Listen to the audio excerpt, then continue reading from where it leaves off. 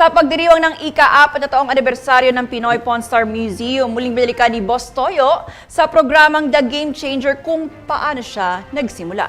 Sumalang din sa aming challenge ang sikat na pawn broker ng bansa kung ano ang bagay ang gusto niyang makuha sa mga personalidad tulad ni MTRCB Chairperson Lala Soto at isa ring internet personality na si Sian Gaza. Ang kanyang makulit na kasagutan, panoorin natin.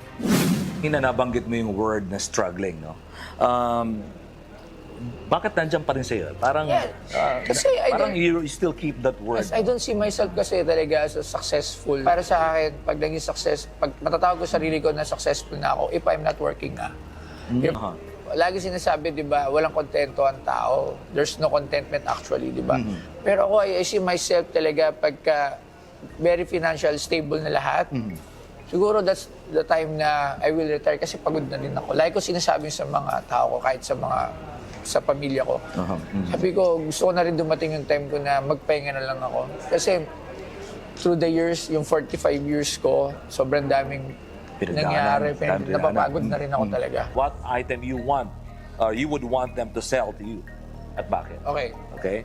Umpisahan natin dito kay MTRCB, Lala Soto. Man of MTRCB, I would like her to sell me yung mga old piece na mga MTRCB notice. Yung mga... Kasi ako, nabigyan ako niyan eh. Notice eh. Ganun ba? Oo, yung sa... Nabigyan ako, nagbura ako sa ano. So, mga old notice, mga sikat na personality na ito yung notice. Oo, di ba? Okay. Ayos. Aboy Paraiso. At Sir Aboy ng DICT. Okay, CICC Executive Director. Gusto ko makakita ng mga list ng mga influencer na nagpo-promote ng mga illegal gambling. Maxine Magalona. If she offers something linked to Francis Inn, okay, what would you like for before you even consider buying? Siguro a letter from his dad na naka-dedicate sa kanya. Kasi si Sir Francis mahilig magsulat before. Yes, So, good writer and malamang artist. meron siyang letter na binigay kay Maxine. Itong si Zian Gaza? Yeah.